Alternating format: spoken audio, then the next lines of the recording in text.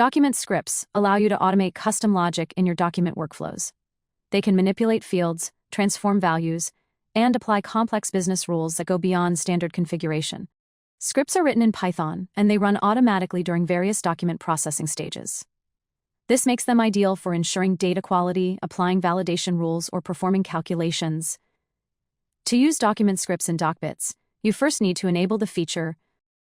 Go to Settings, open the Document Processing module, select Document Type Document Scripts, enable the feature. Once activated, each document type will show a new option where you can create and manage scripts. To add a new script, click on New. Define a unique identifier for your script. Specify the document type it applies to.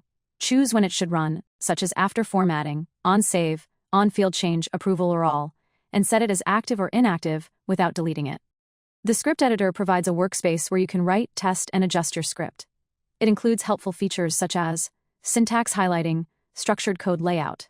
Scripts can perform tasks like validating extracted values, cleaning or normalizing data, adding new fields dynamically, setting fields as valid or invalid. Thanks for watching. Don't forget to subscribe and check out more videos on our YouTube channel.